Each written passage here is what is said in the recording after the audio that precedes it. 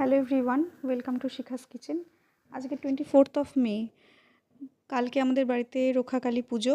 তো আজকে তার অনেক তোড়জোড় চলছে। সকাল সকাল ঘুম থেকে উঠে আমি আবার ল্যাদ খেতে বসে গেছি। বাট তারপরে টিফিন করে নিয়ে তারপরে লাঞ্চের রান্নার যা রান্না হবে সেগুলোর দায়িত্ব আমার পড়েছিল।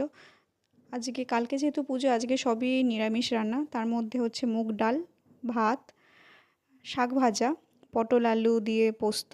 আর এখানে দেখতেই পাচ্ছেন যে মা নতুন একটা মশলা রাখার জায়গা দিয়েছে। আমাদের মধ্যবিত্ত ফ্যামিলিতে এই ছোট ছোট ব্যাপারগুলো সত্যি খুব ভালো লাগে। আর আমি এখানে কী কী রান্না হয়েছে তার ছোট ছোট ক্লিপিংসগুলো দেখিয়ে দিচ্ছি।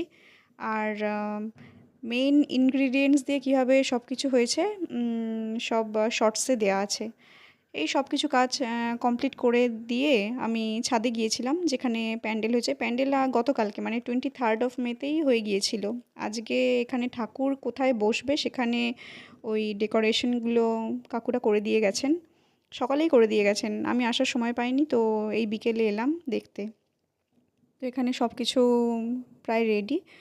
আর তাছাড়া এখানে জেনারেটরের লাইনের আর কি দুটো লাইন এখানে দেয়া হয়েছে, সেগুলো লাগিয়ে দিয়ে গেছেন। আরও অনেক কিছু আছে, সেটা নিচে যেমন বক্সও দিয়ে গেছে, সেগুলো এখনও পরে আমি আপনাদের সাথে শেয়ার করব।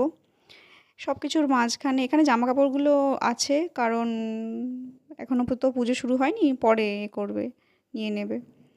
সব কিছুর মাঝখানে একটা চিন্তার বিষয় হচ্ছে ঝিরঝিরে বৃষ্টিও শুরু।